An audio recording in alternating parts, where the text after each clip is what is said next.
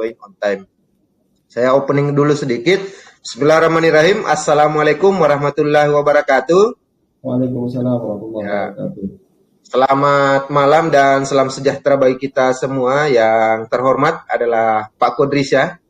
Pak Kodrisha Siregar. Nah, ini alhamdulillah saya merupakan salah satu followers Facebooknya beliau ini. Jadi kemarin waktu saya ada komunikasi dengan adminnya Pak Kodrisha dari Kuanta Idutama, saya ada japri, saya bilang, kalau berkenan Pak Kodrisha kami mau ngundang beliau nih. Dia bilang, Pak Mumu tahu dari mana? Saya bilang, saya followers Facebooknya beliau. Dan saya lihat setiap malam juga Pak Kodrisha berbagi ilmu. Mau masalah NLP, mau tema malam ini. Tapi memang beliau ya istilahnya communication strategi ya. Artinya nanti itu mungkin juga akan diperdalam juga oleh beliau sesuai dengan keahlian. Mungkin bisa disinggung juga. Bagaimana sih peran atau aktivitas Pak Kodrisha selama ini. Tapi sebelum kita masuk ke narasumber, saya mau memperkenalkan diri dulu. Nama saya Muli Samiruddin atau biasa dipanggil Mumu Pak Kodrisha. Jadi saya sekarang terhubung di Kabupaten Pohuwato di Provinsi Gorontalo. Nah, jadi nanti mohon maaf nih kalau misalkan ada jaringan yang agak tersendat atau apa, ini bukan karena apanya, tapi karena memang daerah-daerah perintis ini, daerah perjuangan kan seperti itu Pak Kodrisha. Jadi kemudian malam hari ini saya ditemani rekan saya nih. Halo Kak Putri. Halo. Halo Pak Kodri. Kenalkan saya dari kantor cabang Palembang. Siap. Nah, Kak Putri dia dari kantor cabang Palembang nih. Boleh Kak Putri sambil nunggu yang lain sebelum masuk ke materi, boleh kita sapa-sapa dulu ya siapa yang sudah join on time nih, biar kita mau dengar dari mereka terhubung dari unit kerja mana saja ini, biar Pak Kodrisha bisa kenal juga ya kan. Boleh Kak Putri, siapa yang mau disapa pertama ini? Saya izin nyapa, ada kabak saya nih dari Palembang, ada Ibu Sugana. Sudah bergabung Ibu Sugana, selamat malam. Selamat malam. Terima kasih Mbak Putri. Ibu. Siap. Ibu Sugana tadi dari mana Put? Gimana Mas Mu? Ibu Sugana dari mana beliau? Kabak Yanser, layanan peserta. Di Palembang? Betul, betul di Palembang. Siap, lanjut Put. Kemudian kita coba sapa ini ada Kak Agus. Kita perkenalkan. Malam. Halo. Ada Kak Agus Imam dari Singkawang. Halo, selamat malam. Perkenalkan, nama saya Agus Imam dari kantor cabang Singkawang, Kalimantan Barat. Wah, selamat bergabung. Ya, Mas Mumu. Kita lanjut, ada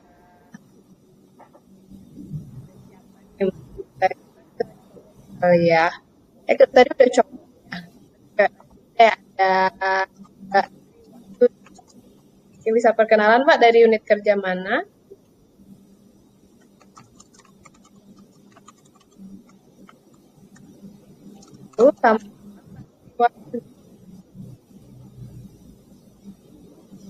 Oh, ya halo Put.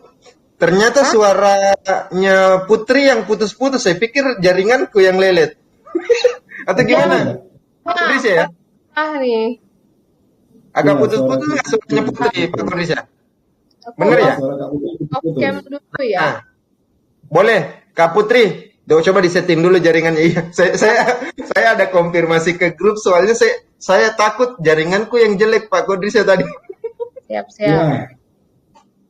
Ya, soalnya kalau online ini tantangannya ini ya, Pak Kodrisha ya, beliau ini betul beliau.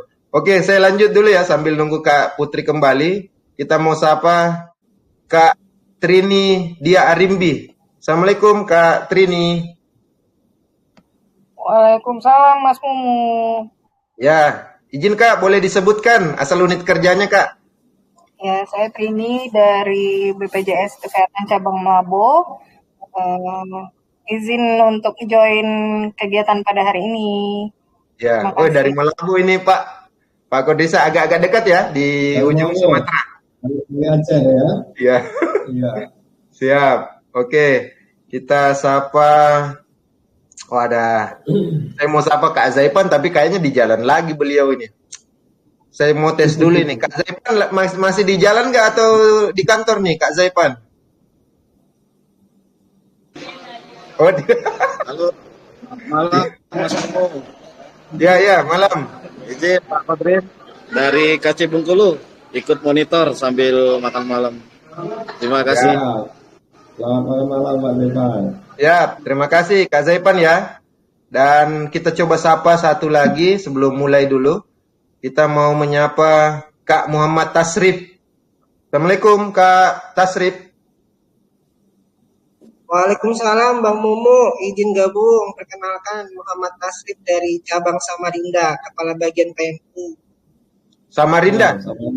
Samarinda nih. Jadi kita belum dapat yang dari ya. Kebetulan kita belum menyapa untuk yang wilayah Nusa Tenggara, Bali. Tapi kayaknya ada juga ini Pak Kodri ya. Dan saya lihat sudah semakin terus bertambah untuk teman-teman yang join. Tapi nanti tentu akan bertambah lagi seiring dengan berjalannya waktu. Mungkin kita akan mulai langsung ya Pak Kodri. Untuk teman-teman CV narsum kita saya sudah share tadi ya di ATE. Jadi silakan teman-teman akan melihat di situ. Tapi secara singkat, narsum kita ini beliau adalah communication strategist. Kemudian beliau juga adalah CEO dari PT Quanta Edutama Indonesia. Nah, kemudian beliau juga selaku founder Cahaya Quran Foundation. Jadi luar biasa. Beliau kalau misalkan teman-teman yang belum mengenal, bisa follow langsung ya ke Facebooknya beliau dan Instagram, Kodrisha Siregar. Saya salah satu followers aktifnya beliau ini, saya selalu monitor. Apalagi nih yang di-sharing oleh Pak Kodrisha ini ya. Dan alhamdulillah beliau berkenan menjadi narasumber kita pada edisi ke-390. Mudah-mudahan tentu sebelum kita mulai, kita berharap apa yang akan di-sharing nanti bisa bermanfaat ya. Bukan hanya bagi Pak Kodrisha, bagi kita juga semua. Dan teman-teman nanti yang akan menyaksikan recording kegiatan melalui channel YouTube SD Expert. Baik, untuk kesempatan selanjutnya saya persilakan ke Pak Kodrisha. Waktu dan media kami persilakan, Pak. Baik. Terima kasih Pak Momo. Baik, bismillahirrahmanirrahim. Assalamualaikum warahmatullahi wabarakatuh. Waalaikumsalam warahmatullahi wabarakatuh. Selamat malam, salam sejahtera bagi kita semuanya. Terima kasih, senang sekali malam hari ini bisa membersamai kakak-kakak semuanya, bapak ibu semuanya, teman-teman semuanya dari BPJS Kesehatan ini ya. Dan seru banget, tadi udah sempat diceritain oleh Pak Mumu bahwa ini adalah komunitas yang sangat luar biasa. Ya, happy-happy, senang-senang, belajar, tapi meaningful gitu ya Pak ya. Dan ini kegiatannya sudah rutin dilaksanakan, bahkan sekarang sudah yang ke edisi 390. Wow, keren banget, tepuk tangan dulu dong buat teman-teman semuanya. Ya, dan saya yakin pastinya ini bukan orang-orang biasa. Ini adalah orang-orang hebat, kumpulan orang-orang hebat, orang-orang yang ingin terus upgrade dirinya, ingin terus belajar. Nah, tentu saja ingin terus memberikan manfaat yang luas nantinya bagi orang-orang di sekitar. Baik itu di dalam pekerjaan maupun juga dalam kehidupan sehari-hari. Dan semoga apa yang sudah teman-teman semuanya lakukan sampai dengan episode 390 bahkan nanti akan terus berlanjut. Ya, ini akan memberikan kebaikan-kebaikan terus bagi kita semuanya dan pastinya akan bermanfaat bagi negeri ini karena teman-teman semuanya nantinya akan menjalankan aktivitas-aktivitas yang sangat luar biasa dari setiap pertemuan-pertemuan di setiap edisinya, dari sesi forum kita pada setiap malam di Ask the Expert ini ya menjadi sesuatu yang kebaikannya akan terus bergulir dan terus bertumbuh. Dan terima kasih atas kesempatan yang diberikan ya Pak Mumu dan kawan-kawan semuanya. Sebelum kita mulai karena waktu kita ini nggak cukup panjang ya, cukup singkat, tapi mudah-mudahan waktu yang singkat ini bisa kita manfaatin sebesar-besarnya. Tadi udah dikenalin, mungkin teman-teman juga sudah lihat di CV yang di-share di grup Telegram. Tapi kayaknya nggak afdol, kurang deket kalau rasanya kita nggak kenalan langsung gitu ya Pak Mumu ya. Izin saya boleh kenalan ya, karena kata guru saya begini, kalau kamu berada di satu tempat dan di tempat itu banyak orang yang belum kenal kamu, maka tugas kamu pertama kali adalah memperkenalkan diri. Jadi izinkan saya menjalankan amanah dari guru saya, boleh ya? Siap. Walaupun mungkin, Pak. ya, Siap. terima kasih. Walaupun mungkin beberapa teman nanti yang bergabung mungkin pernah ketemu dengan saya juga secara online ya. Karena selain di PT Quanta Edutama, saya juga associate trainer di beberapa perusahaan training yang juga pernah mungkin bareng dengan teman-teman dari BPJS Kesehatan ya. Tapi saya yakin lebih banyak dari 5.000 sekian orang nanti yang join, lebih banyak yang belum kenal kali ya. Jadi izinkan Pak, saya Pak untuk Kodrisha, izin Ya. Pak, boleh sebelum lanjut, apa Pak Kodrisha ada menggunakan mic eksternal? Saya rasa agak mendengar agak mendengung sih, dan memang saya ada konfirmasi beberapa teman-teman, mungkin lebih bagus tidak dipakai Pak. Siapa tahu memang ini agak beda dia. Kalau live Telegram dia belum terlalu banyak perangkat yang bisa support. Oke, kalau begini bagaimana suaranya? Nah ini lebih mantap ini. Lebih mantap ya? Oke, Nah, kalau ini gitu saya lebih mantap. Siap. Siap. Terima kasih Pak Ibu udah diingetin ya. Biar Siap. lebih maksimal teman-teman bisa dapetin manfaat dari sesi kita malam hari ini. Oke, Siap. kalau gitu izin saya lanjutin boleh ya? Siap. Siap, terima kasih. Nah, perkenalkan ya, nama saya Kodrisha Siregar. Tentunya kalau dari namanya ini teman-teman udah kebayang ya, udah tahu nih pasti ini dari mana nih asalnya kan gitu ya. Nah, saya dari Medan, Sumatera Utara. Mungkin beberapa teman-teman di sini ada yang dari Medan. Ya, sejak tahun 2009 saya belajar sebuah ilmu yang namanya Neuro Linguistic Programming. Mungkin teman-teman sebagian dari sini sudah paham atau bahkan mungkin sudah mengikuti kelasnya atau mungkin sudah ambil sertifikasinya gitu ya. Tapi mungkin bagi beberapa teman-teman yang baru pertama kali dengar istilah itu nggak ada masalah. Nanti kita akan membahas tentang itu sedikit, dan apa yang kita akan diskusikan malam hari ini juga nanti intisari dari pembelajaran NLP yang nantinya kita akan sama-sama pelajari.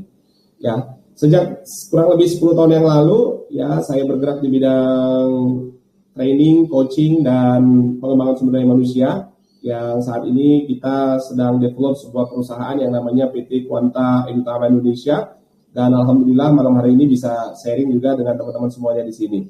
Sambil juga beraktivitas di dunia training, coaching, saya juga punya klinik hipnoterapi ya namanya The Mind Life Hipnoterapi. Jadi hampir setiap hari saya ngebantu klien-klien saya selain di corporate untuk training, saya juga membantu individu-individu bagaimana mereka bisa mengoptimalkan kondisi psikologisnya, emosionalnya, lepas dari masalah-masalah psikologisnya kayak kecemasan berlebihan, trauma, fobia gitu ya. Yang gagal move on juga banyak ya.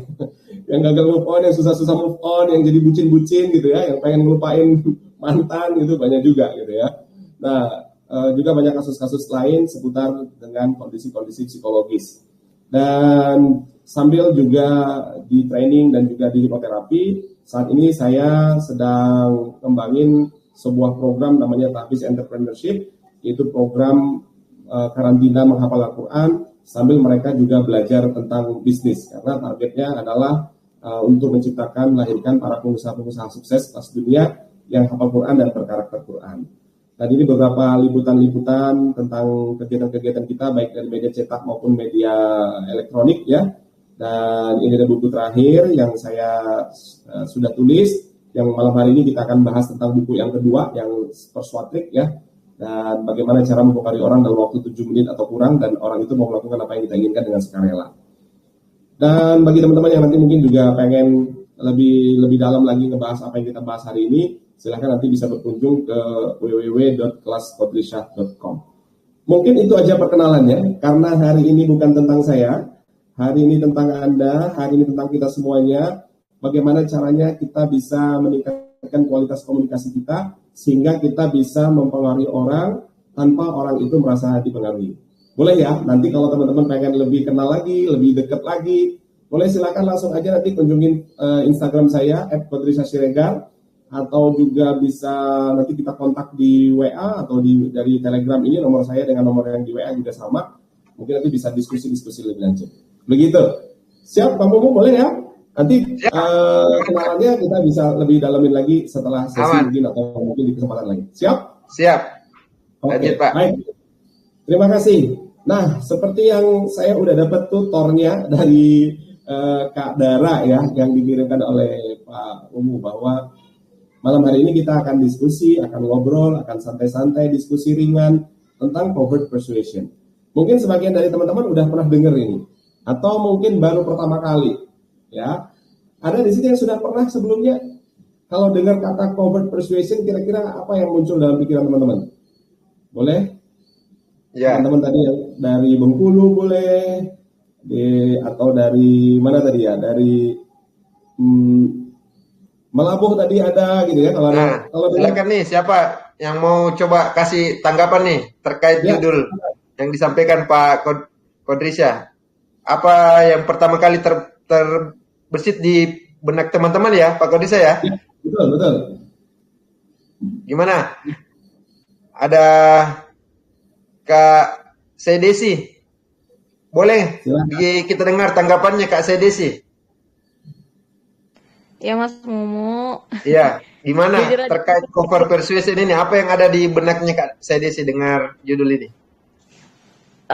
Kalau artinya nggak tahu sih sebenarnya Mas. Cuman yang bagaimana mempengaruhi orang lain tanpa dia merasa dipengaruhi itu lebih mungkin ke hipnoterapi gitu, mungkin ke apa ya, alam bawah sadar seperti itu mempengaruhinya gitu. Cuman kalau dari arti definisinya sendiri, ya memang belum tahu, makanya join.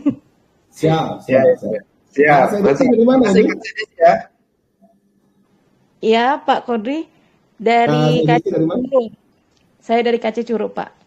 Dari Curug ya? Iya. Oke, thank you Kak Desi. Kasih close dulu dong buat Kak Desi ya, udah kasih pendapatnya nih tentang kita. Berarti ada yang belum tahu, ada yang mungkin sudah tahu gitu ya. Nggak apa-apa, bagi yang belum tahu ini kesempatan buat kita untuk sama-sama cari tahu.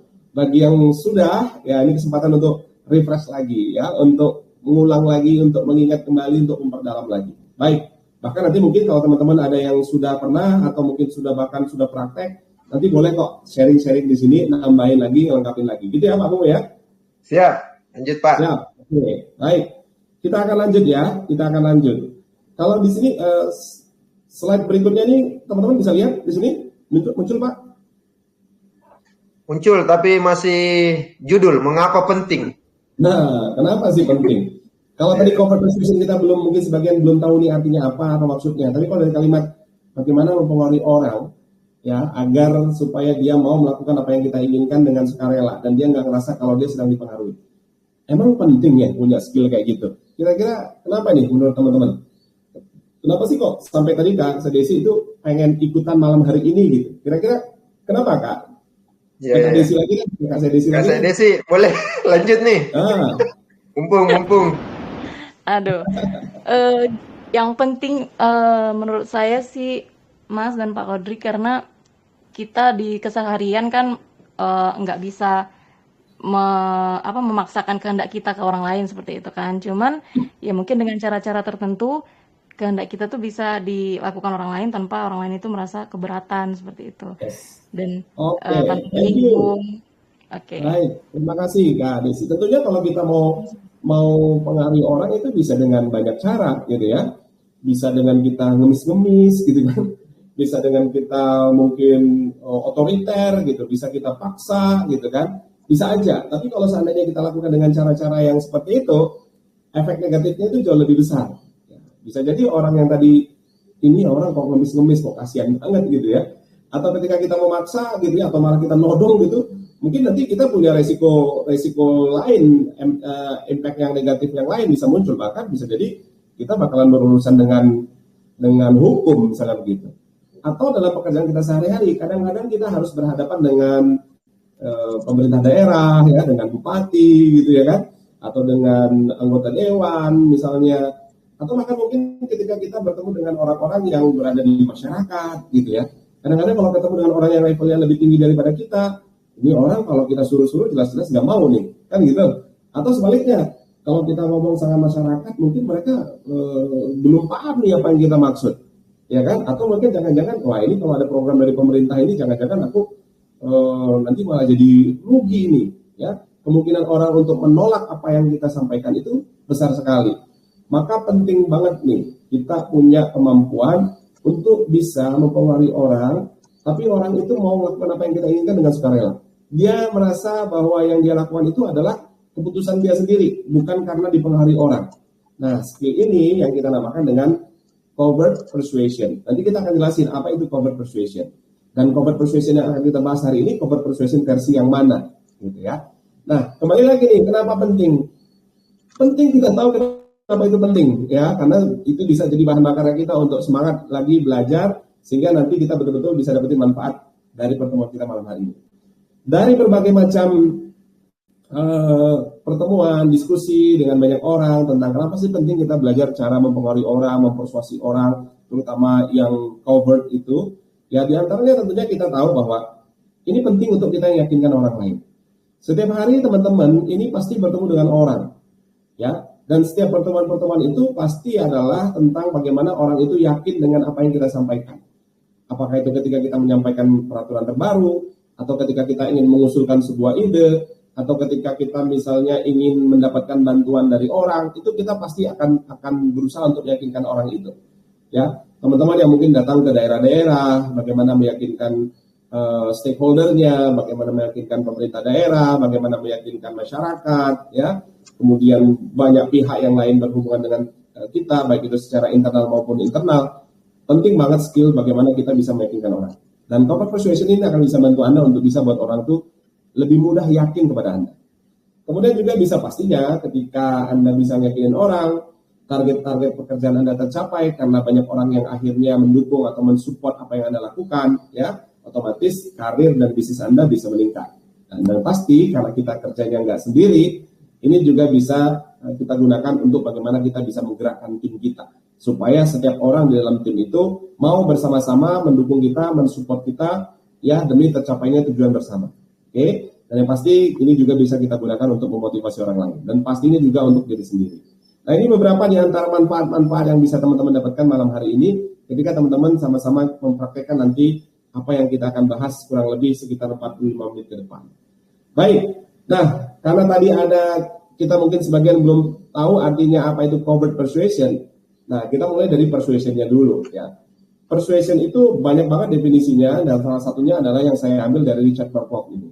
Bahwa persuasi itu adalah sebuah proses sebenarnya. Bagaimana seorang komunikator itu berusaha untuk convince, berusaha untuk meyakinkan orang lain, agar supaya dia mau mengubah, apa yang diubah? Attitude-nya, perilakunya, ya, sikapnya, ya, sesuai dengan apa yang kita inginkan. Dan dia melakukan itu semuanya dalam keadaan yang free choice, atau dia melakukannya dengan kondisi yang sukarela. Nah, ini persuasi. Kenapa kita memilih persuasi? Enggak memilih dengan cara yang lain gitu ya. Karena ini adalah cara yang paling aman buat kita dan juga itu paling mudah diterima bagi orang lain. Karena orang enggak ngerasa kalau dia sedang dipengaruhi. Persuasi itu enggak sama dengan manipulasi. Jadi di sini bukan tentang bagaimana kita nipuin orang, enggak ya. Tapi kita membujuk orang supaya dia mau melakukan apa yang kita inginkan dan dia melakukan itu dengan sukarela. Karena itu atas keinginan sendiri. Sehingga dengan kita sampaikan sebuah pesan itu, dia akhirnya mengubah, apa yang diubah? Attitude dan behaviornya, perilakunya. Yang tadinya nggak setuju, jadi setuju. Yang tadinya nggak mau, jadi mau. Yang tadinya dia menolak, akhirnya jadi menerima. Nah, kira-kira seperti itu. Nah, kalau covert apa? Kalau covert itu kan lawannya dari overt. Kalau overt itu terbuka. Kalau covert itu berarti tertutup, terselubung. Nah, maksudnya di sini gimana? Ya, persuasi yang terselubung, persuasi yang orang nggak tahu kalau dia sedang dipersuasi. Kita pengaruhi orang, tapi orang itu nggak sadar kalau dia sedang dipengaruhi. Bukan berarti terus kayak kita tonton di TV, tatap atas saya, tidur. Ada jam ketiga buka mata Anda dan Anda tanda tangani perjanjian ini. Enggak kayak gitu ya. Justru kita akan lebih levelnya lebih tinggi lagi, lebih advance lagi. Kenapa? Karena kita bisa mempengaruhi orang dengan mata terbuka. Ya, kita nggak perlu bikin orang itu tidur. Walaupun teman-teman kalau mau belajar hipnosis boleh, nanti saya punya kelas hipnosisnya, teman-teman bisa langsung kunjungi aja kelaskodrisha.com. Di situ ada belajar bagaimana hipnosis, videonya lengkap. Tapi kita nggak belajar itu sekarang. Sekarang kita belajar tentang bagaimana caranya teman-teman bisa dalam keadaan kondisi terbuka, dalam keadaan kondisi ngobrol-ngobrol biasa, teman-teman bisa mempengaruhi orang. Nah, itu yang akan kita lakukan sama-sama. Maka covert persuasion yang kita ambil hari ini adalah definisi dari Kevin Hogan, yaitu proses untuk membypass critical factor seseorang, ya, yang membuat orang itu mau menerima pesan kita dengan sukarela. Sehingga apa yang kita sampaikan, apa yang kita katakan, nggak dia kritisi lagi. Dia dengan mudah untuk setuju dan menerima apa yang kita akan sama-sama lakukan, apa yang sama-sama kita katakan.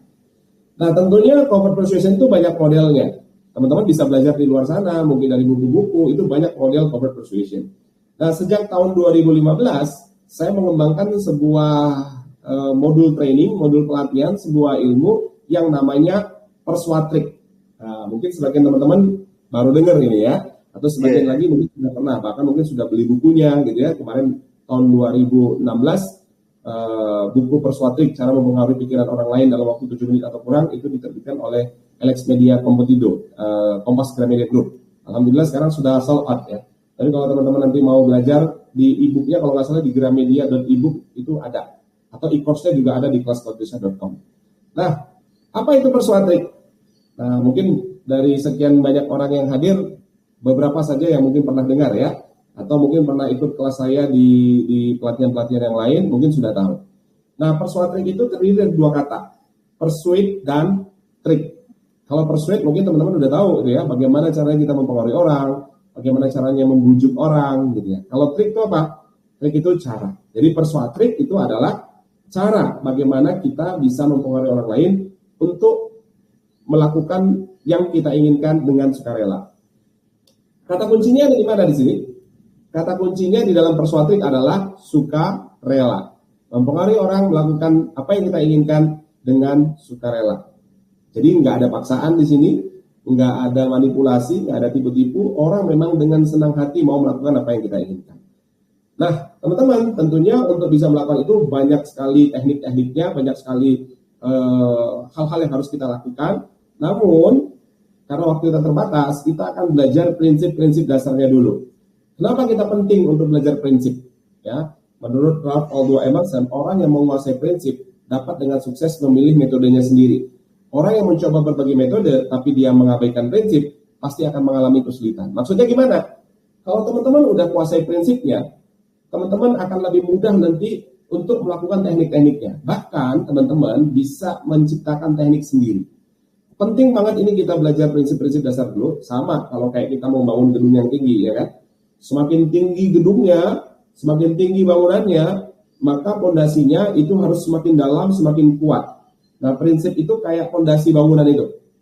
Karena skill atau teknik atau kemampuan mempengaruhi orang, ini adalah skill tingkat tinggi.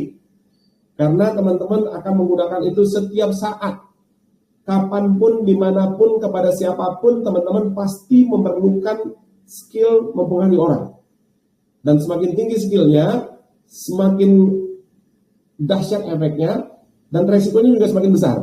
Ya, kalau nggak digunakan dengan baik. Maka fondasi-fondasi dasarnya harus kuat. Maka izinkan saya dalam waktu yang singkat ini kita nanti akan ngobrolin tentang prinsip-prinsip dasarnya. Mudah-mudahan nanti kalau waktunya cukup, kita akan bahas juga beberapa teknik-tekniknya. Baik, kita mulai ya, prinsip-prinsip dasarnya. Namun sebelum kita mulai, saya pengen tahu dulu nih Pak, ya teman-teman ya, berapa orang kira-kira di sini yang siap nih untuk sama-sama mempelajari 3 prinsip dasar dalam persuatrik yang nanti teman-teman akan langsung praktekin. Karena kita nggak sedang nonton YouTube, ya teman-teman nggak sedang nonton recording, jadi kita siap untuk terlibat 100%. Setuju? Boleh? Yang boleh dong, kasih siap, open mic-nya sekaligus juga nggak apa-apa kan? Sambil saya untuk mohon izin menyiapkan charger dulu, mohon maaf. Sudah. Ya. Untuk yang saat ini izin Pak Kodrisa, kalau misalkan saya tidak tahu apakah ada sedikit kendala sih di audionya Pak Kodrisa, mungkin pengaruh jaringan kali ya, atau mungkin ruangan yang terlalu tutup di situ, agak menggema sedikit, itu sih yang ya, terdengar tadi kurang lebih ya, mungkin. Baik. Tapi suaranya terdengar jelas? Iya.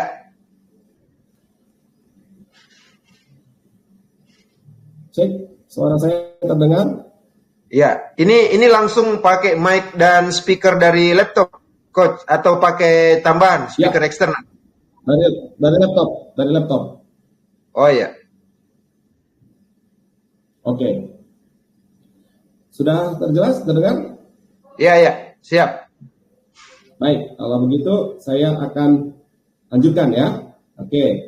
Nah, ada 3 prinsip di dalam persuatrik. Yang pertama adalah tujuan yang jelas, yang kedua hubungan baik, yang ketiga fleksibel. Teman-teman ingat 3 prinsip ini, teman-teman akan dengan mudah nanti untuk melakukan setiap teknik-teknik yang akan kita pelajari sama-sama. Kita mulai dari yang pertama, tujuan yang jelas ya. Tujuan yang jelas itu adalah tentang bagaimana teman-teman bisa menentukan tujuan terlebih dahulu sebelum teman-teman mempengaruhi orang lain. Kenapa ini penting? Ya, karena kalau kita nggak punya tujuan, setiap kita mau keluar dari kantor, setiap kita mau ketemu sama orang, ya kita nanti akan kehilangan arah. Kemarin yang nonton SEA Games ya, bola itu yang lagi seru-seru banget tuh, Indonesia lawan Thailand gitu ya. Kira-kira kenapa sih pertandingan bola itu seru banget? Pasti karena ada golnya, betul ya? Bisa kebayang nggak kalau seandainya tandingan sepak bola itu nggak ada gawangnya, nggak ada golnya, ya? Nggak ada sesuatu yang mau dikejar gitu. Ya kita cuma ngeliatin 11 lari sana kemari di tengah lapangan, tetapi nggak ngapa-ngapain, cuma lari doang. Habis-habisin tenaga, habis-habisin waktu, tapi nggak dapat apa-apa. Betul ya? Nah, sama nih. Kalau dalam persuasi, kalau kita nggak punya tujuan yang jelas, itu sama seperti kayak kita ya nggak punya goal. Seperti kalau kayak main bola, nggak ada gawangnya, nggak ada golnya. Itu sama aja kayak kita lari ke sana kemari, ya ngabisin waktu, ngabisin tenaga, ngabisin biaya, tetapi nggak mencetak angka sekalipun, ya kan? Dan udah pasti kita akan ya sia-sia, ya. Maka dalam persuasi itu penting banget pertama kali kita tentukan tujuannya. Nah, tujuan yang seperti apa yang harus kita lakukan, yang harus kita siapkan, yang harus kita setting, ya supaya benar-benar proses mempengaruhi orang itu bisa efektif. Nah, saya membuat sebuah model yang namanya persuasif model. Yang kalau teman-teman kuasai ini, teman-teman akan mudah banget nanti mempengaruhi orang. Apa yang harus kita tentukan pertama kali? Yang pertama adalah kita harus tahu nih tujuan kita. Kalau ketemu sama orang, apa yang kita ingin pengaruhi dari orang itu? Maka yang pertama kali kita pengaruhi dari orang itu adalah emosinya. Emosi ini bukan cuma marah gitu ya, enggak.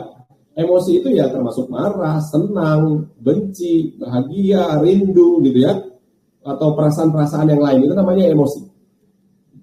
Maka sebelum Anda mempengaruhi orang, Anda harus menentukan terlebih dahulu, kalau saya ketemu sama orang itu, saya pengen orang itu merasakan apa ketika bertemu dengan saya.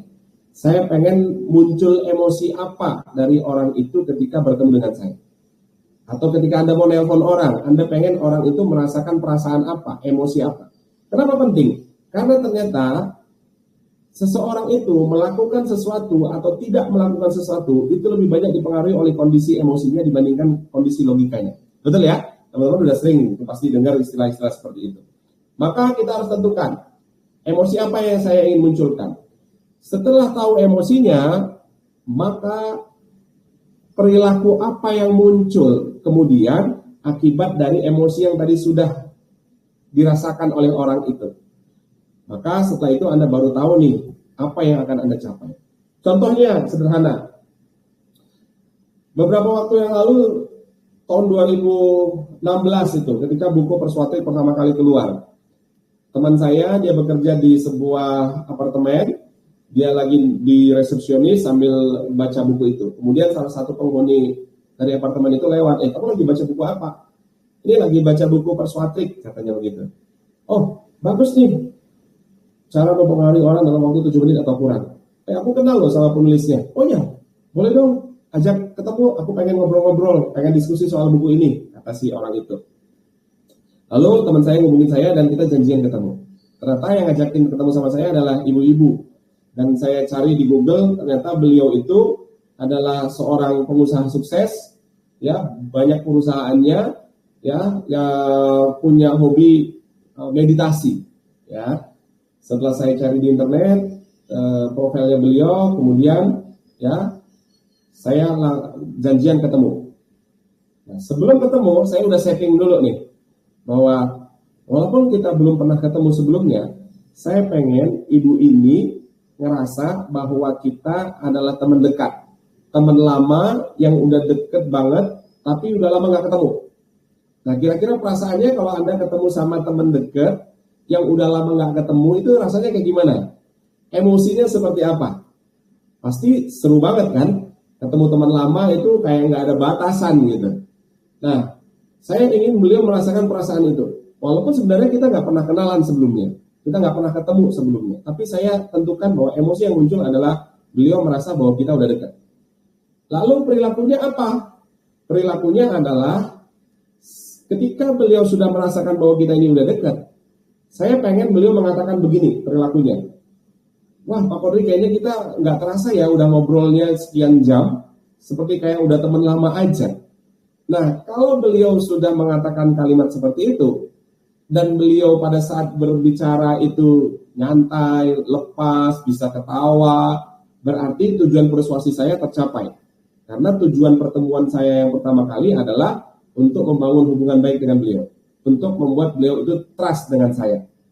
Tujuannya itu, tujuannya nggak ada tujuan untuk closing, tujuannya bukan bagaimana supaya beliau transfer kepada saya atau supaya booking jadwal training dengan saya, bukan itu tujuannya. Kalau itu tujuannya boleh nanti di pertemuan berikutnya. Maka penting banget tentukan dulu tujuannya setiap Anda mau ketemu orang. Ya, kalau Anda punya tujuan yang besar, Anda bisa chunk down, bisa kecil-kecilin tujuannya sehingga setiap pertemuan, setiap telepon, setiap chat yang Anda buat, WA yang Anda kirim itu adalah proses untuk mencapai tujuan itu. Nah, di sini tadi emosinya adalah beliau merasa bahwa kita udah dekat. Perilakunya adalah apa? Perilakunya adalah beliau mengatakan bahwa nggak terasa ya kita udah ngobrol sekian jam kayak teman lama aja gitu. Tujuannya adalah beliau mau buat janji temu berikutnya atau ada follow up berikutnya. Apakah itu secara langsung atau mungkin melalui sekretarisnya atau siapa nanti orang yang percayaannya.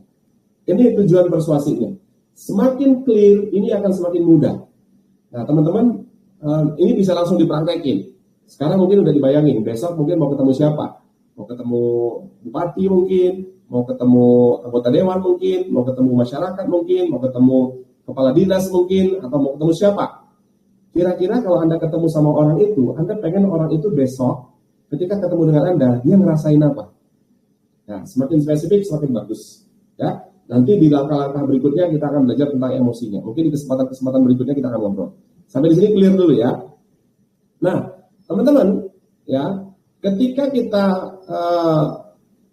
betul-betul clear tentang tujuan yang kita mau capai pada saat kita bertemu dengan orang itu, terutama adalah emosi dan perilaku apa yang dimunculkan, akan semakin mudah bagi kita untuk mencapai tujuan dari persuasi kita. Setelah kita punya tujuannya, maka prinsip yang kedua adalah bangun hubungan baik terlebih dahulu. Bangun hubungan baik yang selaras dengan orang yang ingin Anda pengaruhi. Kata kuncinya di sini adalah hubungan baik yang selaras. Kenapa harus selaras? Selaras ini artinya berarti harus sesuai.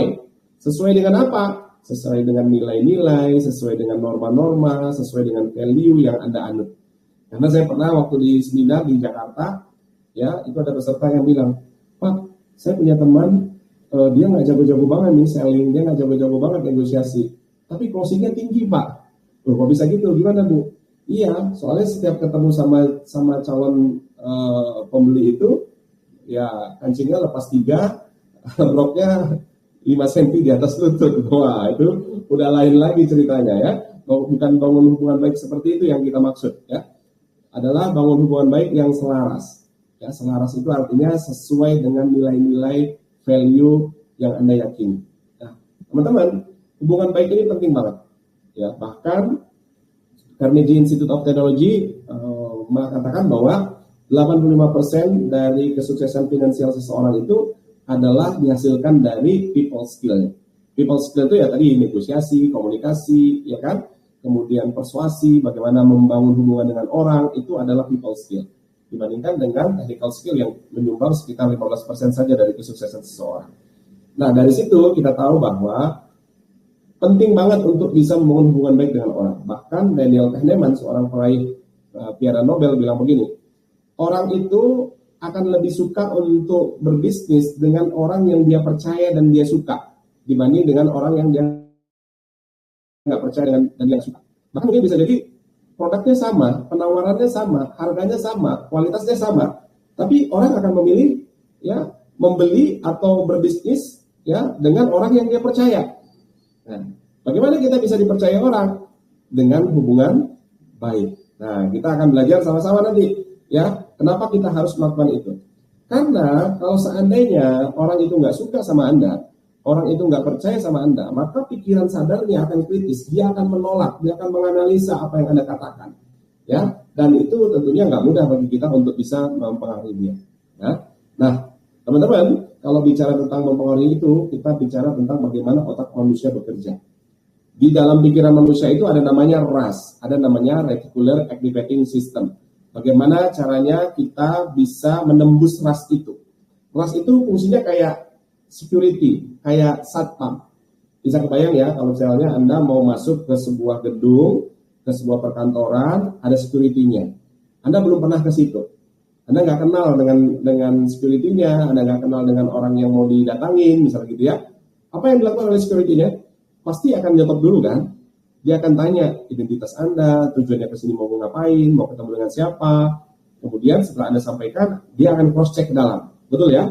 Kalau sudah sesuai dengan, oh iya ternyata betul, sudah ada janji, pengen ketemu dengan si ini, baru Anda dipersilakan masuk. Tapi kalau ternyata nggak ada, maka Anda akan tertolak. Nah, di otak kita juga fungsinya kayak gitu tuh yang namanya RAS tadi. Apa yang dikatakan oleh orang lain kepada kita, nggak serta-merta kita terima, betul ya? Nggak serta-merta kita percaya. Kenapa? Karena RAS-nya tadi berfungsi untuk menyaring informasi. Benar nggak yang dikatakannya? Semakin aktif RAS-nya akan semakin sulit dipengaruhi. Maka tugas kita adalah membuat bagaimana RAS-nya itu menjadi nggak aktif lagi, atau bahkan kita bisa menembus tadi itu, RAS-nya tadi, atau critical factor-nya. Nah, gimana caranya? Contoh misalnya, kalau Anda sudah sering datang ke kantor itu, Anda sudah sering ketemu sama satpamnya, bahkan mungkin kalau setiap datang Anda bawain makanan, dikasih rokok, misalnya gitu ya, atau mungkin Anda sering kasih tips, mungkin besok-besok Anda datang cuma lewat gitu doang, nggak pakai lagi ditanyain identitas dan segala macam, karena Anda udah punya hubungan baik dengan orang itu. Dalam kehidupan sehari-hari tentunya sering banget ya kita hadapin kondisi seperti itu, karena secara alamiahnya otak manusia itu bekerja begitu. Ya, sudah semakin dekat kita dengan seseorang, semakin akrab dengan seseorang, maka RAS-nya makin nggak berfungsi lagi, makin ringan, saringannya makin besar, sehingga semakin mudah untuk diterima. Nah, itulah pentingnya membangun hubungan baik dengan orang. Nah, yang ketiga, prinsip dasarnya adalah fleksibel. Nggak ada orang yang nggak bisa dipengaruhi, yang ada hanyalah persuader yang kurang fleksibel. Ya, setiap orang itu unik, maka satu strategi, satu teknik mempengaruhi si A, belum tentu teknik yang sama bisa kita gunakan untuk si B. Bahkan, ya, teknik yang sama hari ini kita gunakan kepada si A, besok teknik yang sama kita pakai lagi kepada si A, belum tentu berhasil lagi. Kenapa? Karena orang berubah. Ya, setiap hari itu terjadi banyak sekali inputan-inputan yang membuat orang itu yang tadinya mungkin setuju jadi nggak setuju lagi. Ya, itulah kenapa kita harus fleksibel. Gunakan strategi dan teknik berbeda untuk setiap orang dan setiap situasi yang berbeda. Ini prinsip teman-teman. Supaya kita nggak gampang stres. Aduh, kok nggak berhasil ya? Kok dia nolak ya? Aku sudah ngajukan dengan cara begini, kok Pak Bupatinya nggak setuju ya? Aku sudah deketin dengan cara begitu, kok Pak Kadisnya masih nolak ya? Kemarin dia udah oke. Nah, kalau kita udah pegang prinsip fleksibel ini, berarti kita paham betul bahwa oh ternyata kita perlu melakukan dengan cara yang berbeda. Ketika satu cara belum berhasil, lakukan cara yang lain sampai berhasil. Dan ketika cara itu sudah berhasil, lakukan cara itu terus-menerus sampai cara itu nggak berhasil lagi. Nah, ini teman-teman, tiga prinsip bagaimana kita nantinya bisa mempengaruhi orang lain agar supaya dia melakukan apa yang kita inginkan dengan sukarela. Ini masih baru prinsip-prinsip dasarnya, belum sampai kepada teknik-tekniknya. Nanti kita akan bahas sedikit. Namun sebelum itu, saya ingin kembali lagi ke Pak Mumu. Mungkin kalau supaya bisa ada interaksi dengan teman-teman, dari prinsip-prinsip dasar tadi, ya, kira-kira ada yang ingin didiskusikan atau ada yang ingin ditanyakan, silakan. Sebelum nanti kita akan masuk ke dua komponen utama di dalam persuasif, yang ini akan kita bahas beberapa teknik praktis yang teman-teman bisa langsung praktekkan. Silakan, Pak. Ya. Oke, Pak Kodrisa, jadi itu tadi ya, sudah ada disinggung. Saya sempat komen juga di grup Telegram, Pak Kodrisa, karena teman saya, Kak Putri itu ada capture juga materi untuk di-share ke grup Telegram dan teman-teman bisa baca juga di situ bahwa ya memang saya sangat sepakat ya untuk yang disampaikan oleh Pak Kodrisa tadi bahwa setiap orang itu unik dan tentu tidak bisa kita pakai strategi atau teknik yang sama ya, karena saya juga terus terang mengalami itu juga Pak Kodrisha. Saya di Pohuwato ini baru 1 tahun.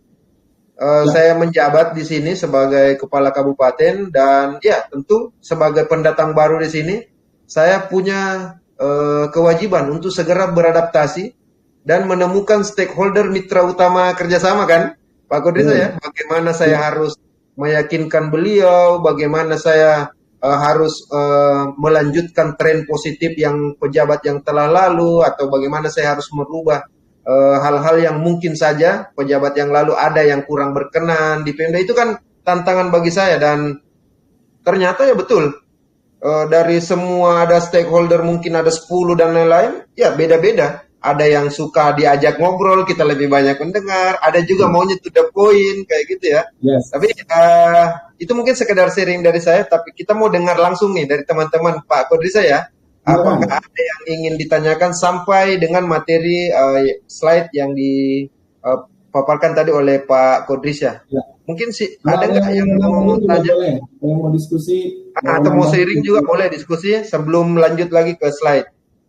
Siap. Silakan kalau misalkan ada langsung open mic, atau kalau memang belum ada sepertinya kita boleh lanjut dulu Pak Kodrisha ya. Ya. Oke, baik. Sepakat tadi Pak Momo ya, makanya tadi penting banget di dalam persuasif itu kita nggak langsung bahas teknik, kita nggak langsung bahas tentang bagaimana kata-kata yang digunakan, bagaimana bahasa tubuhnya, bagaimana cara supaya orang mengatakan ya, kita nggak langsung ke situ. Kita masuk di prinsip-prinsip dulu. Kenapa itu penting? Karena ini menjadi fondasinya. Ya, bahwa kalau kita udah paham bahwa oh ternyata saya harus tentukan dulu tujuannya. Nanti setiap saya mau bertemu dengan seseorang, setiap saya mau angkat telepon, setiap saya mau kirim pesan, saya harus tahu dulu ini untuk apa ini? Apa yang mau saya capai ini? Apa perasaan yang saya inginkan orang itu muncul nih? Itu harus clear dulu. Kalau enggak, tekniknya nanti buyar. Ya, nanti Anda akan bingung nanti di tengah jalan. Baru yang kedua bahwa betul kita harus bangun hubungan baik.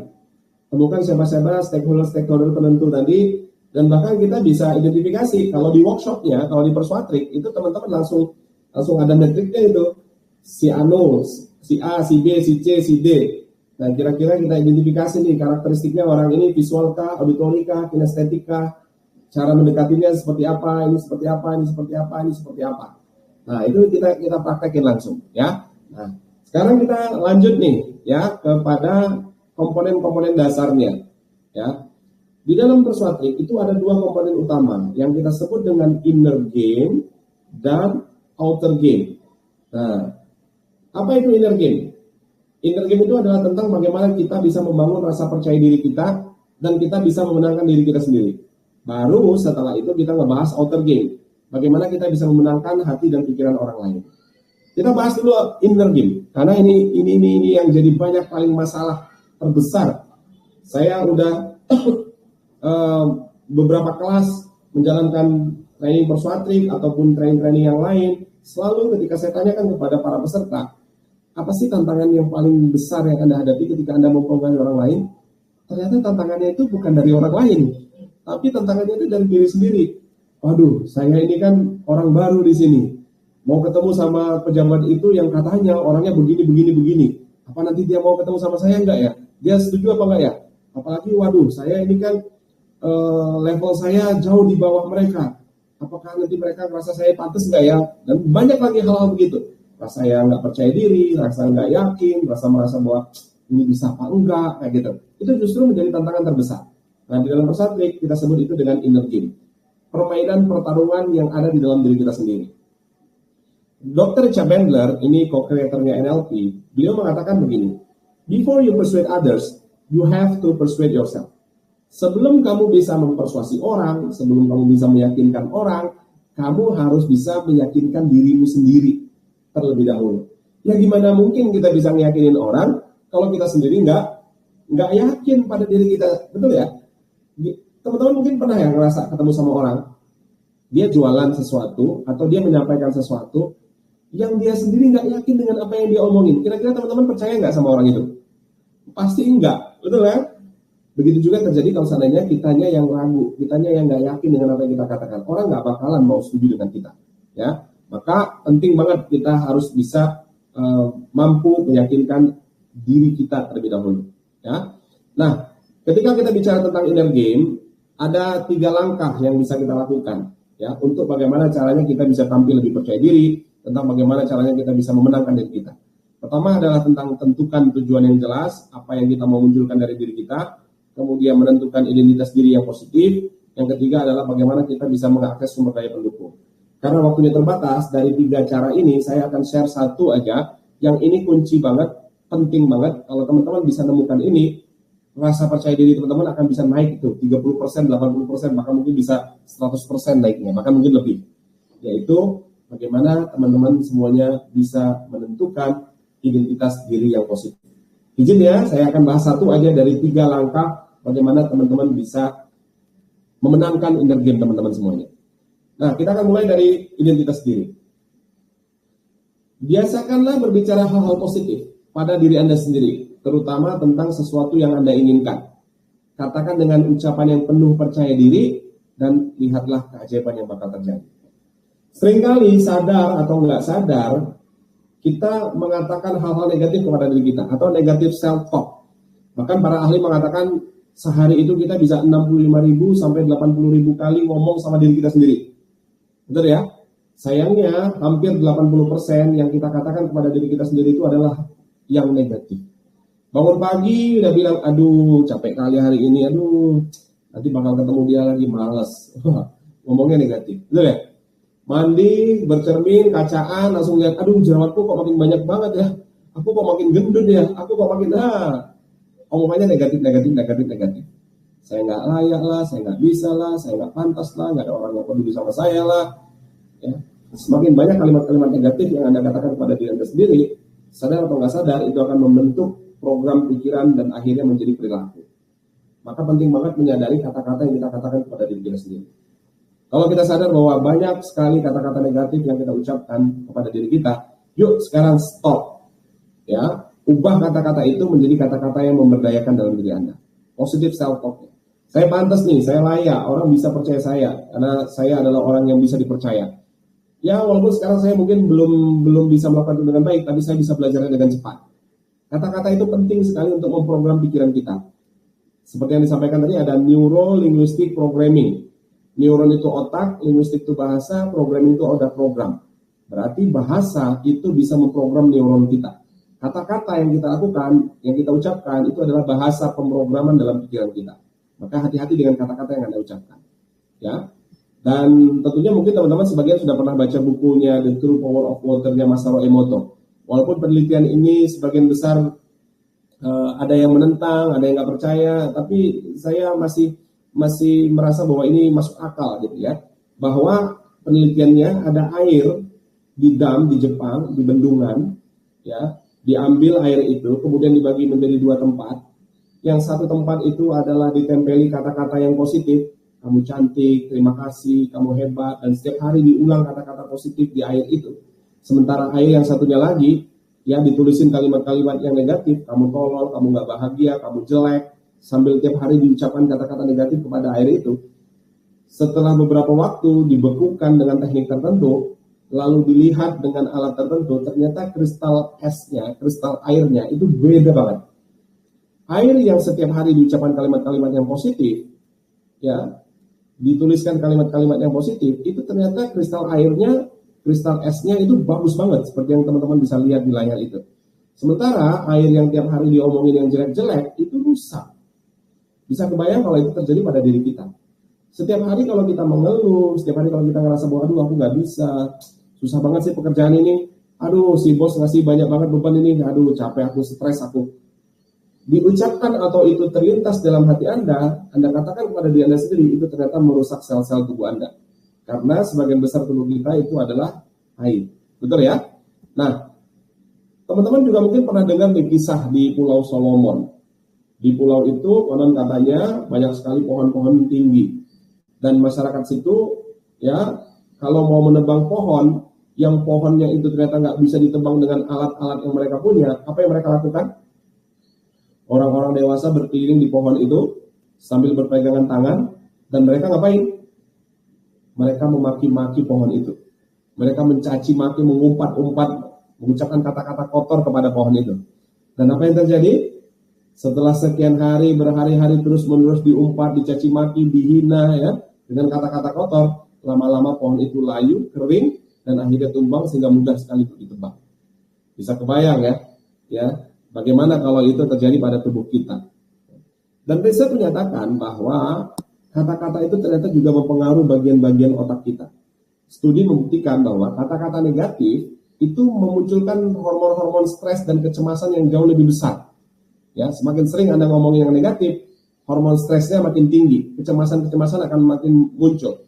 Ya, dan teman-teman tentunya mungkin pernah dengar cerita itu ya, ada seorang ibu yang lagi masak, kemudian anaknya datang naburin pasir ke masakannya. Bisa kebayang nih kalau ibu-ibu anaknya datang bawa mainan, bawa pasir, lagi masak, terus masakannya ditaburin pasir. Apa yang terjadi? Kita bakal marah-marah ya, bakal wah dasar anak, wah kebun binatang keluar semua. Tapi si ibu ini luar biasa, begitu anaknya naburin pasir di masakannya, si ibu ini bilang, pergi kamu sana, jadi imam kamu di Masjidil Haram. Anaknya disumpahin jadi imam di Masjidil Haram. Dan apa yang terjadi sekarang? Anaknya jadi betul-betul jadi imam di Masjidil Haram ya. Kita kenal Syekh Abdurrahman bin Abdul Aziz As-Sudais, imam Masjidil Haram ya.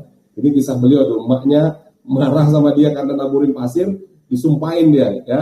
Jadi imam di Masjidil Haram. Nah, kata-kata itu penting banget ya. Nah, teman-teman juga mungkin sudah dengar ceritanya Muhammad Ali gitu ya. Orang mungkin mengatakan bahwa Muhammad Ali itu sombong banget gitu. Tapi ternyata ketika dia wawancari, kenapa sih kamu mengatakan bahwa I'm the greatest, saya yang terhebat, saya luar biasa gitu. Nah, kalau bukan saya yang menyemangati diri saya, siapa lagi katanya. Ya. Nah, begitu juga teman-teman semuanya, bahwa setiap kata-kata yang kita ucapkan itu ternyata sangat berpengaruh kepada diri kita. Itu yang akan membentuk rasa percaya diri kita. Itu yang akan membentuk keyakinan di dalam diri kita. Maka kalau Anda mau mempengaruhi orang, Anda harus bisa yakinkan diri Anda sendiri bahwa Anda betul-betul adalah orang yang powerful, bahwa Anda betul-betul adalah orang yang positif. Kalau Anda nggak yakin dengan kemampuan Anda, bagaimana orang bisa yakin dengan kemampuan Anda? Ya, maka yuk malam hari ini ya tentukan dulu identitas diri Anda. Kalau kita masih punya waktu, sebenarnya kita bisa latihan. Ya, teman-teman mungkin bisa berdoa, ambil handphonenya, bisa tulis satu kalimat pendek. Saya mau kasih contoh sambil saya menceritakan sebuah pengalaman salah seorang peserta training Perswatrik. Ketika dia ikut training Perswatrik, si ibu ini awalnya adalah beliau punya yayasan, punya pesantren khusus untuk bayi-bayi, anak-anak kecil di bawah 6 tahun yang dibuang orang tuanya. Jadi beliau itu menampung anak-anak yang dibuang di kerdus, di selokan, yang ditinggal di rumah sakit, yang tiba-tiba ada tempat pembuangan sampah. Bayi-bayi yang masih hidup itu, ya, sama si ibu ini, ya dirawat di pesantrennya. Dan beliau ini punya program yang sangat luar biasa, betul kan? Tapi beliau minder. Kenapa? Karena setiap dia berbicara tentang programnya, dalam mindset dia, dalam belief dia bahwa saya kayak orang peminta-minta. Sehingga beliau agak kesulitan ketika mau mengembangkan ini, karena kan itu butuh banyak biaya untuk bisa menyantuni anak-anak bayi-bayi itu, ya. Tapi apa yang terjadi ketika beliau belajar Perswatrik dan menentukan identitas diri yang positif yang beliau punya? Kita satu ruangan langsung merinding. Apa yang beliau tuliskan? Yang tadinya dia ngerasa bahwa saya kayak orang peminta-minta ini, setiap menjelaskan program nanti kayak ngarapin sumbangan katanya gitu ya. Tapi setelah beliau mengubah identitas dirinya menjadi saya adalah ibu dari 1000 anak langit yang mendidik mereka dengan cinta dan kasih sayang. Apa yang terjadi? Sekarang luar biasa itu. Mungkin teman-teman yang ada di Kudus tahu itu ya. Beliau ada di Kudus. Di Kudus benar. Itu luar biasa banget ya. Pesantrennya sekarang udah makin gede, bayi-bayinya, anak-anaknya udah semakin banyak, programnya semakin banyak yang support, karena beliau punya identitas yang kuat. Yang tadinya merasa bahwa saya kayak minta-minta sumbangan, sekarang beliau punya identitas, saya adalah ibu. Apa yang terjadi dengan seorang ibu? Bisa kebayangkan, kalau Anda seorang ibu, sebagai seorang orang tua, apapun akan Anda perjuangkan untuk anak Anda, betul? Maka kita mungkin nggak peduli nih, mau malu kek, mau capek kek, mau gimana kek, untuk anak-anak ini kita akan perjuangkan. Ya, saya adalah ibu dari 1000 anak langit. 1000 anak langit berarti ya anak-anak yang terbuang tadi, ya, yang nggak jelas orang tuanya di mana. Ya, yang akan mendidik mereka dengan cinta dan kasih sayang. Artinya, beliau bergerak itu bukan untuk dirinya sendiri, tapi untuk anak-anak langit tadi. Nah, lalu bagaimana dengan kita? Kalau Anda adalah seorang, apapun posisi Anda sekarang, ya, ketika Anda bertemu dengan pemerintah daerah, ketika Anda bertemu dengan stakeholder yang lain, Anda bukan sedang minta-minta dia, Anda bukan sedang minta tanda tangannya, Anda bukan sedang minta persetujuannya, Anda bukan sedang minta bahwa mereka harus ikut, enggak. Tapi Anda datang justru untuk membantu mereka, mensukseskan program pemerintah, membantu masyarakat supaya mendapatkan jaminan kesehatan, atau apapun itu. Ketika kita mengubah identitas itu, kita datang dengan rasa percaya diri yang berbeda. Betul ya? Kalau Anda datang misalnya bertemu dengan siapapun, ketika Anda merasa bahwa Anda inferior, ya kita akan sulit mempengaruhi orang. Ya. Tetapi ketika merasa setara atau bahkan mungkin kita bisa di atasnya, karena kita datang untuk membantu dia, bukan untuk minta-minta, ya, maka kita akan tampil lebih percaya diri. Saya datang untuk membantu, bukan untuk meminta. Dan ini penting banget, ketika kita bisa dapetin identitas diri yang positif itu, Anda akan semakin mudah mempengaruhi orang. Karena Anda punya kekuatan inner game dalam diri Anda sendiri yang begitu luar biasa. Silakan malam ini direnungkan, mungkin nanti kalau pas kita diskusi, ya teman-teman bisa tentukan tuh, identitasnya apa ya?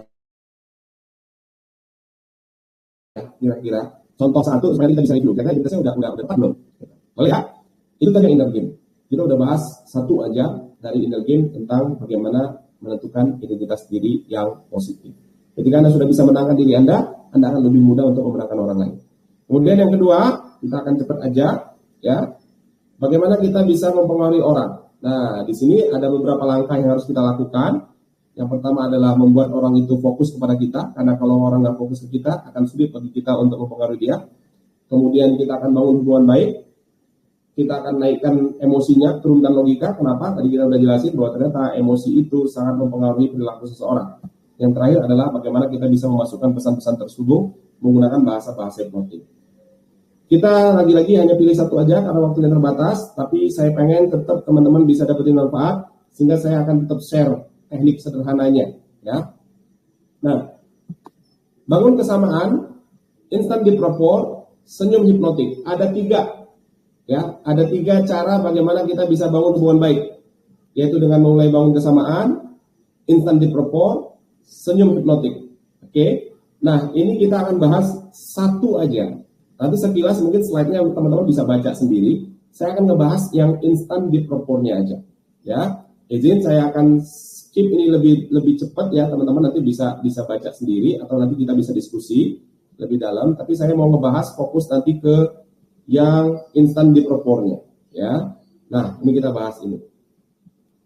Instant deep rapport itu maksudnya gimana? Bagaimana caranya dalam waktu singkat kita bisa punya hubungan yang deep dengan orang, bisa punya rasa yang begitu dekat dengan orang, yaitu suatu keadaan ketika keakraban yang sangat mendalam terbangun dengan sangat cepat.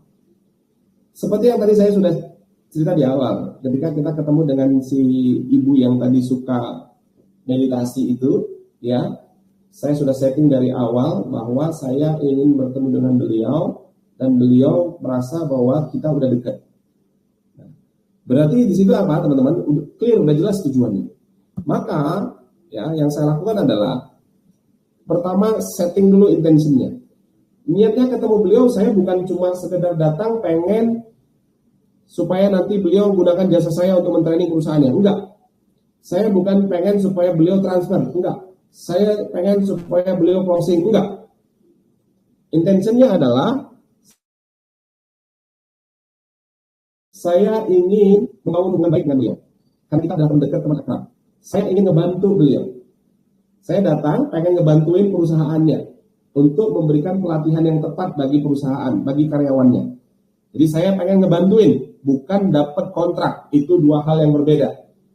Kalau ada orang datang kepada Anda, pengen ngambil isi kantong Anda, kira-kira Anda mau nggak dengan mudah begitu aja ngebiarin orang ngambil sesuatu dari Anda? Pasti enggak. Tapi kalau ada orang datang, pengen ngasih sesuatu yang Anda butuhkan, kira-kira Anda welcome nggak? Pasti welcome. Maka mindsetnya kita, supaya kita nggak minder, supaya kita nggak ngerasa di bawah, kita datang bukan untuk minta, tapi kita datang untuk memberi. Nah, Intention ini penting. Bahkan sebelum Anda ketemu dengan orang itu, sebelum Anda angkat telepon, sebelum Anda pencet nomornya, sebelum Anda ketik kata-kata di WhatsApp, setting dulu niatnya itu. Energi Anda itu kepancar kepada orang itu. Percaya nggak percaya, Anda lakukan besok, rasakan bedanya luar biasa. Itu langsung nembus tuh ke bawah sadarnya. Ya, semakin tulus niatnya, semakin benar-benar Anda pengen ngebantuin orang, impact-nya itu dahsyat banget. Nah, ini intention ini energinya kalau di latihan nanti kita akan belajar tuh. Kalau kita mudah-mudahan bisa ketemu secara offline, kita bisa ngerasain tuh langsung. Bahkan kita bisa praktek, ya. Nah, ini penting. Ya, intention. Niatnya atau maksud Anda melakukan sesuatu, pastikan bukan sekedar Anda pengen ngambil sesuatu dari seorang, tapi Anda ingin beri. Akan semakin mudah bagi Anda untuk mempengaruhi. Ya. Reciprocity kalau kata Robert Cialdini. Anda ngasih dulu, orang nanti akan berhutang budi kepada Anda. Kemudian setelah intentionnya Anda buat, Anda bangun dengan begitu tulus, Anda harus full respect. Bentuk rasa hormat kepada seseorang. Ya, respect ini berarti Anda menghargai cara berpikirnya, walaupun bisa jadi ya pendapat dia itu bertentangan dengan Anda. Tapi Anda menghargai bahwa orang itu punya perspektif yang berbeda. Tinggal bagaimana kita bisa mencari kesamaan di antara perbedaan-perbedaan itu. Ya. Ini penting banget. Semakin Anda respect dengan seseorang, semakin deep Anda bisa bangun rapport, bangun keakraban dengan orang itu. Lalu yang ketiga adalah state of mind. State of mind ini adalah kondisi pikiran dan perasaan kita. Jadi kalau kita mau mempengaruhi orang, kita juga harus dalam kondisi yang resourceful. Kita harus berada dalam kondisi yang berdaya. Kondisi pikiran dan perasaan yang tenang, yang kita ingin memunculkan. Coba contohnya tadi, kalau seandainya saya mau ketemu sama ibu itu, dan saya ingin supaya beliau merasakan bahwa kita teman dekat, teman akrab. Kira-kira perasaan yang saya munculkan perasaan apa? Kondisi pikiran yang saya munculkan kondisi pikiran apa? Tentunya sebagai seorang teman yang udah rindu pengen ketemu sama temannya. Maka pakaian saya casual, cara bicara saya juga cara bicara yang friendly, ya kan? Strategi yang saya gunakan pendekatannya juga pendekatan yang memang tidak formal gitu. Beda lagi kalau seandainya targetnya adalah, tujuannya adalah, emosi yang mau dimunculkan adalah saya pengen beliau merasa bahwa saya adalah orang yang berwibawa. Saya adalah orang yang pintar yang bisa jadi solusi untuk permasalahan dia. Maka kalau itu tujuannya, state of mind saya akan berbeda. Strategi saya berbeda, cara bicara saya beda, cara pakaian saya beda, kata-kata yang saya pilih akan beda. Itu kenapa penting banget tadi nentuin tujuan di awal agar supaya kita bisa memilih state of mind yang sesuai. Nah, itu teman-teman ya, ketika kita bisa melakukan itu semuanya, maka kita bisa dengan mudah sekali untuk nantinya mempengaruhi orang itu agar dia mau melakukan apa yang kita inginkan. Baru terakhir, teman-teman bisa maksimalkan kata-kata yang digunakan. Pastikan bahwa kata-kata itu sesuai dengan pemahamannya mereka. Bahasa yang berlaku di tempat itu, norma-norma yang berlaku di tempat itu. Ya, pastikan Anda tahu Anda berbicara dengan siapa, karena pilihan katanya juga akan sangat menentukan. Intonasi suara itu sangat berpengaruh, apalagi visual gesture Anda. Ya, nah ini pembahasannya. Kalau ini butuh waktu, ya mudah-mudahan kita bisa ketemu lagi, mau itu online, mau offline. Kalau offline kita bisa praktek lebih banyak. Tapi ini penting saya sampaikan sekilas supaya teman-teman betul-betul tahu bahwa oh ternyata ketika saya berbicara dengan orang nggak boleh sembarangan tuh kata-katanya, gerakan tubuhnya nggak boleh asal-asalan, intonasi suaranya juga harus diperhatikan. Ini penting. Ya. Dan yang terakhir, ini tips aja. Karena kita sering sekali berkomunikasi via chat, via WA, tentunya kita perlu juga nih, gimana sih caranya mempengaruhi orang melalui chat, melalui WA, mudah-mudahan bermanfaat yang singkat ini ya. Nah, teman-teman, sering tuh kan kalau pakai Telegram, kalau pakai WA, ada orang yang cuma ngetik singkat, halo, apa kabar, selamat malam, langsung dia kirim, ya kan? Oke, ya, yes, kita udah panjang-panjang tulis, dia jawabnya cuma, oke, ya, baik, gitu ada ya. Tapi sebaliknya, ada orang yang jawabannya tuh panjang baru dia kirim. Ketik panjang, dikirim. Ketik panjang, dikirim. Ketik panjang, dikirim. Ada yang pendek, kirim. Pendek, kirim. Pendek, kirim. Nah, kita harus bisa menyesuaikan. Kalau teman bicara kita melalui chat WA tadi itu, atau Telegram itu, texting itu, sukanya yang panjang-panjang, maka kita kirim teksnya, balasannya juga harus panjang-panjang. Karena Anda bisa ngerasain ya, Anda udah ketik panjang-panjang, terus orang jawabnya, ya, oke, sip, jempol. Rasanya gimana gitu? Benar ya? Atau sebaliknya, Ya, Anda nggak suka yang panjang-panjang, males banget kayaknya panjang-panjang. Nah, makanya samakan paragrafnya. Ini namanya pacing. Ya, namanya pacing. Ya. Kemudian gunakan emoticon. Kelihatannya emoticon itu sepele, tapi itu bisa mewakili emosi Anda. Anda bisa ngomong terus pakai kata wajahnya merah, marah, itu berarti orang tahu ini lagi marah gitu. Atau selamat pagi, terus Anda kasih senyum, itu orang tahu, itu intonasi suaranya kayaknya ini orangnya ramah. Gunakan emoticon, ini penting banget. Ya. Lalu selalu akhiri dengan bertanya, supaya yang mengakhiri komunikasinya itu nanti ya bukan cuma bilang gitu aja. Ya. Akhiri dengan bertanya. Kalau udah cukup ya sudah, gitu ya. Nah, gunakan bahasa hipnotik. Bahasa hipnotik, teman-teman yang mau belajar bahasa hipnotik, free, silakan langsung nanti ke channel YouTube saya di Kodrisa Siregar. Di situ ada video-video tentang pola-pola bahasa hipnotik, banyak banget. Ada 7 pola bahasa hipnotik yang Anda bisa pelajari di situ. Langsung ada contoh-contohnya, langsung ada prakteknya. Ya, silakan. Demikian teman-teman, ya kalau teman-teman, saya yakin ini waktunya nggak cukup. Yang pengen lebih dalam lagi ngebahas tentang bagaimana mempengaruhi orang agar bisa ya melakukan apa yang Anda inginkan dengan sukarela, silakan nanti kunjungi www.kelaskodrisah.com. Di situ Anda bisa belajar melalui e-course-nya, ada videonya, ada contoh-contohnya, bahkan ada latihan-latihannya. Mudah banget. Oke. Dan sebagai informasi bagi teman-teman yang mungkin punya masalah dengan kecemasan, apalagi nanti mau menghadapi situasi yang makin nggak jelas dunia ini, teman-teman bisa gabung di kelas online kita, ya, di interaktif online workshop kita, mengatasi cemas hadapi dunia yang serba nggak jelas. Saya bersama Coach Habibie nanti akan share di situ, ya. Dan sekali lagi teman-teman, terima kasih banyak atas kesempatannya. Saya yakin ini nggak puas, ya. Mudah-mudahan nanti kita akan ketemu lagi sehingga saya bisa memuaskan Anda. Mudah-mudahan bisa menjadi solusi juga. Tapi saya berharap, saya bermohon, berdoa kepada Tuhan Yang Maha Kuasa bahwa apa yang sedikit ini mudah-mudahan bisa menjadi solusi bagi teman-teman semuanya, bisa menyelesaikan masalah-masalah teman-teman semuanya, dan bisa bermanfaat bagi kita semuanya. Sekali lagi saya ucapkan terima kasih, saya mohon maaf atas kesalahan, dan saya Kodrisa, saya kembalikan ke Pak Momo. Terima kasih. Siap. Aduh, luar biasa ya. Kita beri aplaus dulu nih, baik secara virtual kepada Pak Kodrisa. Jadi tadi sudah ya banyak hal yang di-share oleh beliau, dan tentu teman-teman juga masih pada semangat ya menyimak. Saya ada beberapa poin ya Coach untuk saya catat, tapi karena memang waktu ya yang membatasi kita tidak bisa terlalu lama, tentu saya akan persilakan dulu ke teman-teman. Ada nggak yang mau sharing atau mungkin mau semacam bertanya lah kepada Pak Kodrisa terkait dengan materi yang disampaikan oleh beliau.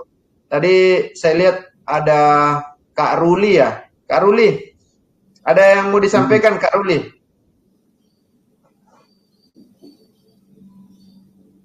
Malam Kak Ruli. Oh, kayaknya masih di jalan kali seperti itu. Saya sambil menunggu yang lain, saya mau perjelas Pak Kodrisa. Jadi saya selama 1 tahun di Gorontalo ini, saya mendapatkan sebuah pengalaman di mana ketika kita berinteraksi dengan stakeholder, kita harus lihat dia punya generasi. Ketika generasi istilahnya yang lebih senior, artinya kolonial ya istilahnya, beliau itu rata-rata tipikalnya suka bercerita. Jadi senang dia kalau misalkan kita datang, kita tidak to the point langsung ref-nya gitu kan. Misalkan ibarat lagu ada intronya dulu, ini kok tiba-tiba langsung nge-rap, ini Pak mau tanda tangan, nggak mau dia kayak gitu. Kita harus bercerita dulu, atau bagaimana kita mainkan, Bapak terlihat bugar, sehat bugar, bagaimana kondisi anak, gitu itu yang mereka senang. Akhirnya nanti setelah bercerita kurang lebih 10-15 menit atau 20 menit, ya kadang sudah oke. Enak sekali deh mereka punya perasaan.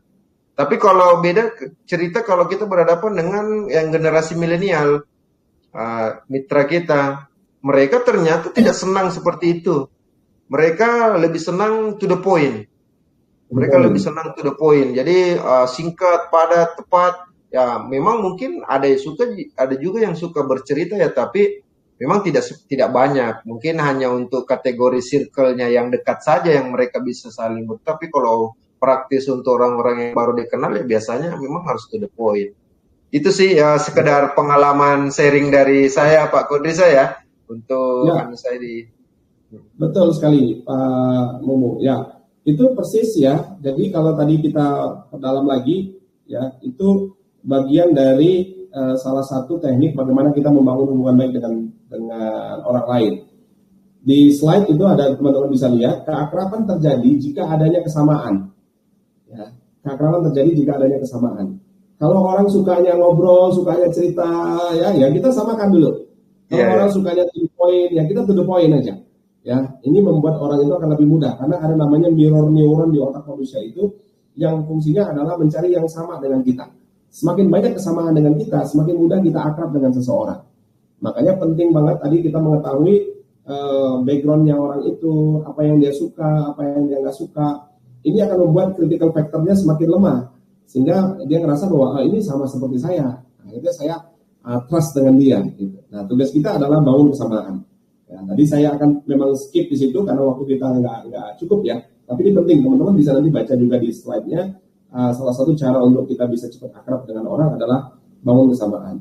Ada satu kisah dari salah seorang peserta training kita, ya, beliau itu kita waktu itu bantuin di perusahaan tower gitu ya. Nah, dia ketika datang ke landlord pemilik lahan itu semua orang yang pernah dikirim ke sana itu diusir, ya bahkan dikasih parang gitu ya, diusir gitu. Nah, lalu beliau ketika mempraktekkan teknik ini, ya orang itu datang, si punya tanah itu udah marah-marah. Wah, begini. Tapi beliau santai saja. Begitu sampai di dalam rumahnya, ternyata di dinding rumah itu banyak foto-foto dipajang. Dan foto-foto itu ada foto-foto tentara, ada foto polisi, gitu kan. Ternyata beliau itu keluarganya keluarga tentara, keluarga polisi. Nah, si bapak ini malah bukan bercerita tentang tanah, bukan cerita tentang proyek pembangunan tower. Justru beliau bertanya, wah ini anaknya ya, ini cerita. Saya juga ini begini-begini. Akhirnya si bapak itu malah semangat cerita, oh iya, anak saya dinas di sini, anak saya ini dinas di sini, saya dulu pensiunan dari sini. Itu malah cerita tentara. Nah, nggak ada cerita bisnisnya gitu. Nah, ditanggapin itu. Oh, saya juga, keluarga saya begini. Begitu selesai, oke Pak, kalau begitu saya izin pamit. Ketika beliau mau keluar, langsung si bapaknya bilang, jadi gimana itu urusan tanah kita? Yang tadinya nggak ada cerita tanah, malah si bapaknya yang tadinya marah-marah langsung bilang, jadi gimana urusan tanah kita? Nah, baru di situ dia masuk. Karena tadi apa? Ada kesamaannya itu. Yeah. Nah, teman-teman juga boleh, ya. Kira-kira besok mau ketemu dengan siapa? Ya, cari apa yang sebenarnya orang ini suka, yang kita bisa samakan. Walaupun kita nggak perlu harus semuanya disamakan gitu ya. Ada satu dua hal yang kita bisa samakan, itu akan semakin mudah buat orang itu jadi dekat akrab, cepat akrab sama kita. Gitu Pak Mumu. Siap. Oke, siap. Terima kasih ya Pak Kodrisya. Mungkin cukup ya untuk sharing beliau pada malam hari ini. Sekali lagi kami ucapkan banyak terima kasih. Nanti kelas teman-teman yang ingin memperdalam, bagi yang ikut live maupun yang nanti menyaksikan recording untuk mengikuti kegiatan-kegiatan kelas atau kunjungi di www.kelaskodrisya.com tadi ya. Nanti kita sematkan di grup Telegram kita, jadi teman-teman boleh lihat. Mungkin ada beberapa jenis kelas ya di sana Pak Kodrisya ya, bukan hanya terkait dengan persuasi atau. Sementara ini kita masih ada 2 kelas. Yang satu kelas persuatrik yang kita bahas di sini, yang kedua adalah amazing hypnosis. Kalau teman-teman mau belajar hipnosis, strukturnya hipnosis itu lengkap semuanya ada di situ. Siap, ya itu yang akan ya nanti kita coba share. Mudah-mudahan nanti sedikit banyak apa yang di-sharingkan oleh Pak Kodrisya malam hari ini kita doakan bisa menjadi berkah ya, berkah buat Pak Kodrisya dan tim dari Quanta Edu Utama dan juga tentu keluarga. Kita doakan semoga Bapak bisa sehat dan sukses selalu ya. Nanti izin Pak, kalau misalkan suatu waktu ada kendala seputar layanan program JKN, boleh kontak saya Pak, atau teman-teman di BPJS Kesehatan boleh.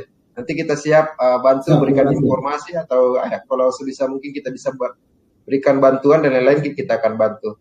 Ya mungkin itu ya sedikit yang kami sampaikan, dan sekali lagi saya ucapkan banyak terima kasih teman-teman yang sudah join live juga, dan untuk yang join menyaksikan recording ini nanti kita ada di channel YouTube itu kurang lebih ada 300 video ya, video pembelajaran dengan beraneka macam tema. Silakan kunjungi channel XD Expert di YouTube. Baik, itu sedikit kami sampaikan dan kami akhiri. Billahi taufiq wal hidayah. Wassalamualaikum warahmatullahi wabarakatuh. Terima kasih dan selamat malam. Selamat malam. Ya, terima kasih Pak Kodrisya ya. Terima kasih teman-teman. Izin kami close meeting. Assalamualaikum. Waalaikumsalam.